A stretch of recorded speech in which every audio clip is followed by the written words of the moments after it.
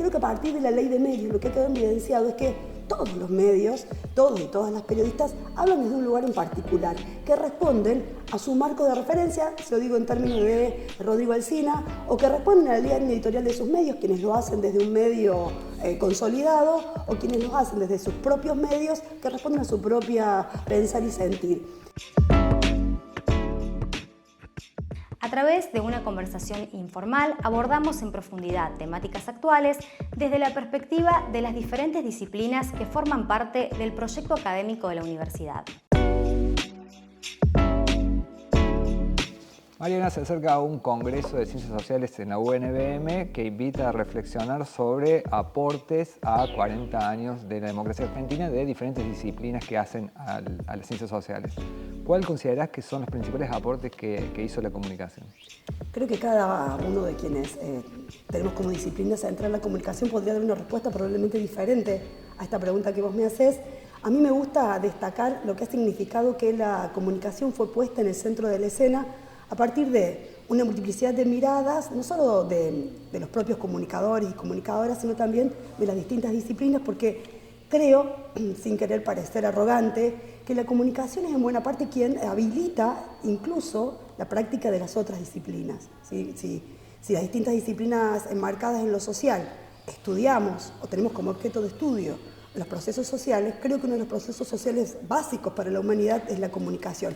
Comunicación altamente impactada en las últimas décadas, no solo en Argentina, sino a nivel global, en relación con la irrupción de estos nuevos lenguajes, de estas nuevas tecnologías, capaz que hoy ya no tan nuevas, ya no podemos hablar de algo por ahí tan nuevo, pero sí tecnologías que han modificado sustancialmente las formas de producción, circulación y consumo de los mensajes, que han impactado y han generado modificaciones en audiencias, en los propios mensajes y también en las formas en que se generan. Si venimos a Argentina, a mí me gusta remarcar como un aporte muy importante lo que pasó a partir de la ley de medios, que puso a la comunicación en el centro de la escena, pero que además llamó la atención hacia las audiencias en relación con este rol central que cumplen y en relación con que todos hablamos, todos decimos, todos generamos mensajes desde un lugar en particular. Y si yo me paro sobre mi área de mayor expertise, que es el periodismo en particular, tengo que decir que lo que hizo la ley de medios es correr un velo, ¿sí? Por allí correr el velo que también respondía a una construcción discursiva que intentaba y que con mucho éxito instaló en el sentido común, como sentido imperante, que los medios son neutrales, que los medios cuentan la única verdad posible, que los medios relatan la realidad, ¿sí? Desde una posición absolutamente neutral y objetiva. Creo que a partir de la ley de medios lo que ha quedado evidenciado es que todos los medios, todos y todas las periodistas, hablan desde un lugar en particular, que responden a su marco de referencia, se lo digo en términos de Rodrigo Alsina, o que responden a la línea editorial de sus medios, quienes lo hacen desde un medio consolidado, o quienes lo hacen desde sus propios medios, que responden a su propia pensar y sentir. Esto hace que cada quien cuente o construya esa realidad a partir de esos puntos de vista y a partir de lo que, en función de estos marcos referenciales, considera que es lo más importante para destacar. Entonces me parece que en ese sentido el aporte hacia la construcción democrática de la ley de medios fue fundante, porque permitió que las audiencias puedan ver eso, más allá que después, lo que lamentablemente pasó después, que es que se derogaron aquellos artículos de la ley que impedían la conformación de los monopolios, o por lo menos limitaban la cantidad de licencias en manos o en las mismas manos en el sector comercial, y porque además con esa derogación se instaló también otro falso sentido, que es la inexistencia de una ley de medios. Y no es que no exista, es que se han derogado algunos artículos centrales. Y en lo que vino después no hubo una recuperación de la discusión de esos 21 puntos originales que gestaron la ley de medios, por allí ahora sería importante rediscutir. Tu campo de estudio es el derecho a la información y estás hablando de una legislación que es una legislación que actualmente está trunca en algunos artículos, pero el derecho a la comunicación como derecho humano fundamental sigue siendo importante para destacar. ¿Qué lugar ves que tiene hoy ese derecho y cuánto se lo respeta y qué avances ha habido al margen de esto que pasó con la Ley de Servicio de Comunicación Audiovisual? Hay un autor que se llama Carlos Soria. Carlos Soria divide, él se hace una pregunta, ¿de quién es la información? Y a partir de las respuestas que va dando en distintos momentos históricos, va diciendo de quién sería la información de determinados procesos históricos, ¿no? Él dice que en nuestro país, concretamente en nuestro país, la primera etapa de la información correspondió a los dueños de los medios. Entonces, ¿de quién era la información? La información era de los dueños de los medios, que los utilizaban para construir poder, por ejemplo el caso de La Nación, y que además le hablaban no a una sociedad en general, sino que le hablaban a esos pocos, generalmente hombres, que eran los pocos que sabían leer y escribir, y que eran los pocos que podían votar. Eso da lugar, después, por ejemplo, del Estatuto del Periodista, que en nuestro país se sancionó de la mano del peronismo, cuando el peronismo generó marcos reguladores para los distintos oficios. Inicialmente el periodismo fue concebido como un oficio. Después ese eje se cambió hacia los periodistas. ¿De quién es la información? Del periodista. El periodista no trabaja solo para un medio, sino que trabaja para la sociedad en su conjunto. Es recién después de los procesos de las guerras mundiales, y si tengo que buscar un momento histórico definido, tiene que ser la Declaración Universal de los Derechos Humanos, que en su artículo 19 instala como una triple dimensión. No es ni de los periodistas ni de los dueños de los medios. El derecho a la información es buscar, es recibir y es difundir informaciones y opiniones por los medios que sea, y ubica como protagonista central el que denomina sujeto universal de la información, que seríamos todos y todas nosotros. Claro. Es decir, no es ni de los periodistas, no es de los dueños de los medios, es del sujeto universal de la información. Sí es cierto que estos procesos no son tan lineales y que a veces hacerse cargo como audiencia de que efectivamente somos los titulares de ese derecho implica una serie de acciones que por allí los procesos se demoran un tanto más, con lo cual hoy es posible encontrar en las prácticas periodísticas muchos resabios de estas etapas que te fui describiendo anteriormente. Y en ese sentido, ¿qué lugar le cabe al periodista hoy cuando todos tenemos acceso a esa información?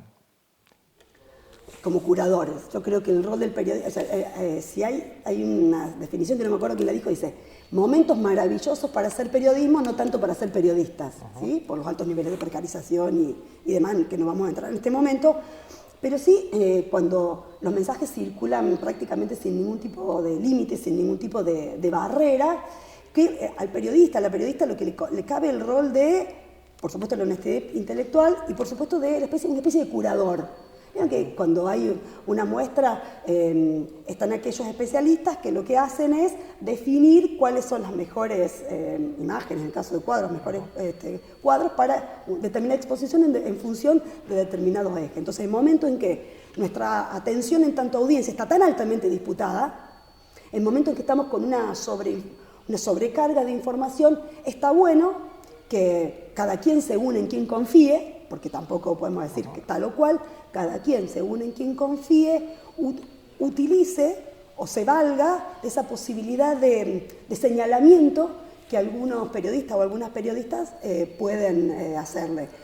De todas maneras, insisto, teniendo como puntapié inicial la honestidad intelectual de quien es periodista. Sí, considerando también que las audiencias en realidad van a reforzar sus conocimientos previos, sus creencias previas en ese sentido. Volviendo al derecho a la información, para cerrar un poco este diálogo, nos tenemos que remitir a la reforma constitucional del año 94 y a la incorporación del artículo 75, inciso 22, pero también hay una nueva ley, que es la Ley de Transparencia Activa, que está vigente en este momento. ¿Cuál es el cumplimiento que se hace de esa ley? Pero también, por otro lado, ¿cuál es el uso que se hace de eso por parte de los ciudadanos?